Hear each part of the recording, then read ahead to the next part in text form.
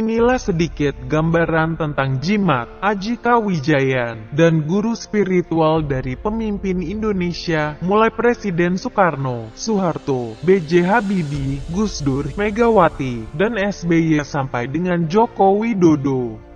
Setiap pemimpin di Nusantara mulai dari zaman raja-raja selalu hubungkan dengan kekuatan mistik yang menyertai kehidupan pribadinya, pemahaman di kalangan masyarakat Jawa khususnya, dan masyarakat di wilayah Nusantara pada umumnya, menunjukkan bahwa kekuasaan seorang pemimpin atau raja, karena sang raja bersangkutan mempunyai kekuatan gaib yang merasuk ke dalam tubuhnya.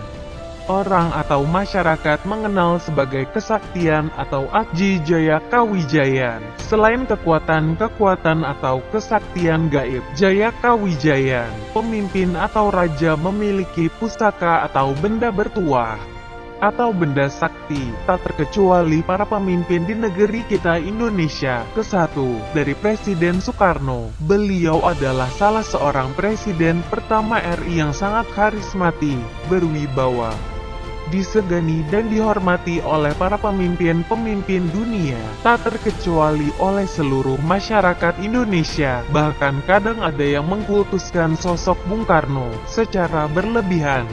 Memang kenyataannya nilai kepahlawanannya tak tertandingi oleh putra bangsa yang manapun juga, sebagai salah satu dari sekian ribu para pendiri bangsa. Insinyur Soekarno bersama Dr. Andes Muhammad Hatta adalah proklamator kemerdekaan bangsa Indonesia. Beberapa dari fotonya yang resmi, Insinyur Soekarno selalu terlihat memegang sebuah senjata tradisional Jawa berupa sebilah keris yang terbungkus tongkat. Paranormal dan ahli perkerisan menyebutnya sebagai keris Kiai Sangkelat. Keris Kiai Sangkelat adalah sebilah keris sakti bertuah buatan Empu Supa, adik ipar dari Kanjeng Sunan Kalijogo. Beliaulah pemilik pertama Kiai Sangkelat.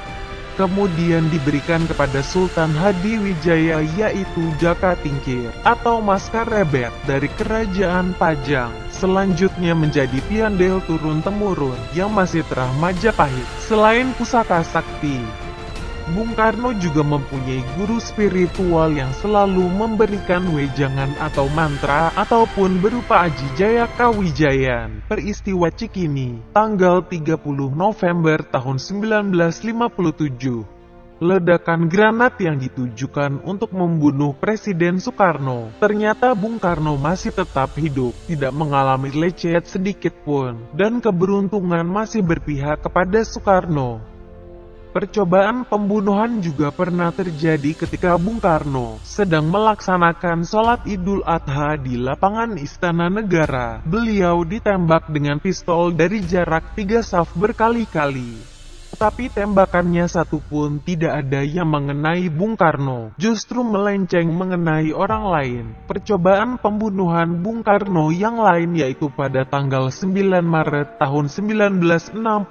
Ketika itu, Presiden Soekarno sedang sarapan pagi. Tiba-tiba sebuah pesawat MiG-17 terbang rendah sambil meluncurkan roket dari udara ke darat, tepat mengenai Istana Merdeka. Meski ruangan meja makan hancur, tetapi Bung Karno tetap selamat. Selain itu, serangan mortir oleh gerombolan Kahar Muzakar di Makassar, pelemparan granat di Jalan Cendrawasih Makassar, pelemparan granat di Bogor.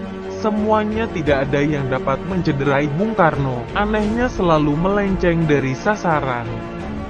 2. Presiden Soeharto semasa remajanya sangat menyukai laku prihatin. Tapa Brata yang disukainya adalah di delta sungai atau di muara sungai atau di tempat-tempat keramat lainnya. Kesukaan Soeharto dalam laku Tapa Brata karena pengaruh ajaran-ajaran kebatinan yang berasal dari guru-gurunya semasa beliau menjadi Presiden RI. Tidak pernah lepas dengan melakukan olah kebatinan dengan guru-guru spiritualnya, baik secara langsung maupun hanya berhubungan batin. Dia tidak kurang dari 50 orang guru oleh Soeharto dijadikan tameng kebatinan untuk melanggengkan kekuasaannya. Antara lain adalah Sujono Humardani, selain sebagai penasehat spiritual, Ia pun merangkap sebagai penasehat pemerintahan Soeharto. Berdua mendirikan Padepokan Kebatinan Jambe Pitu di Gunung Selok Cilacap. Guru Soeharto yang mempunyai kekuatan melihat jauh ke depan adalah Romo Marto Pangarso. Lokasi pengembaraan kebatinannya dipusatkan di Gunung Serandil Cilacap. Ketika melakukan tapa brata atau semedi, syarat terkabulnya permintaan apabila dalam semedinya sudah didatangi oleh Semar Badranaya. Selain itu, Guru Soeharto yang memiliki kekuatan atau kesaktian linwi karena konsentrasinya pada ilmu kekebalan adalah Ki Danundria. Dia dikenal memiliki berbagai ilmu kebal warisan Sultan Trenggono berupa Aji Lembu Sekilan, ilmu warisan dari Sultan Hadiwijaya yang disebut ilmu Rugro-Glasem. Ketika Soeharto meminta ajian tersebut, Ki Danundria meminta agar Soeharto menebus dengan tapa brata yang cukup berat, akan tetapi gagal menjalaninya, dan tetap meminta kepada gurunya dengan agak memaksa. Sejak saat itu Ki Danundria mulai menjauhi Soeharto, karena merasa kurang cocok. Kemudian Bahdiran, ahli pawang hujan. Cara yang dilakukan unik.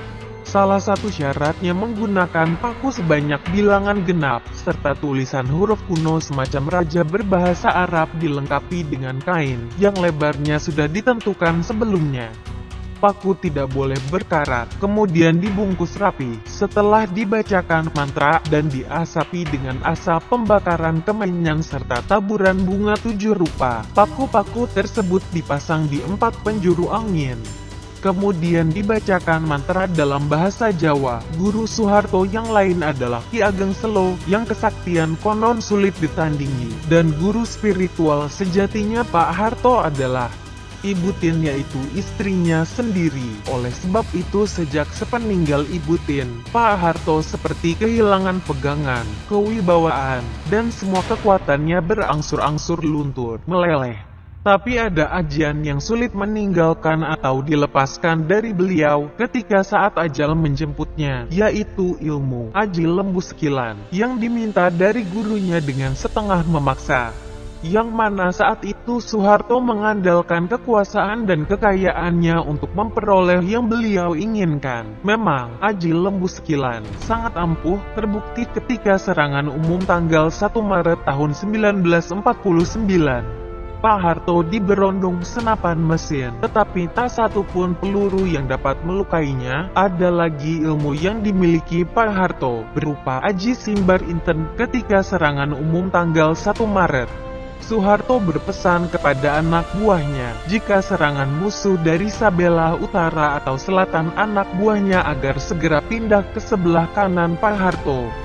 Sedang bila serangan datang dari sebelah timur atau barat, anak buahnya agar pindah ke sebelah kiri Pak Harto. Dan benar, yang mematuhi diilalah selamat. Namun ada pula yang mencoba nekat, entah sengaja atau tidak percaya akan pesan komandannya. Ketika aba-aba agar pindah ke kanannya Pak Harto, si kopral tetap saja ada di sebelah kiri. Akhirnya tertembak oleh musuh.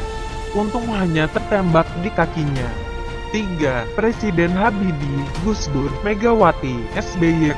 Keempat presiden ini tidak mau menggunakan klinik, perdukunan, paranormal, orang pintar, dan sejenisnya. Beliau itu sangat dekat dengan para kiai. Tapi kiai yang sudah sampai tingkatan kiai host, Presiden Habibie, Gus Dur, Megawati, dan SBY, jika hendak konsultasi dengan para kiai atau ulama yang makamnya sudah mendekati kewalian, beliau biasanya minta disowankan kepada Kiai Abdullah Fakih dari pesantren Langitan, Tuban, atau kepada Kiai Cudlori dari pesantren Tegal Rejo, Magelang.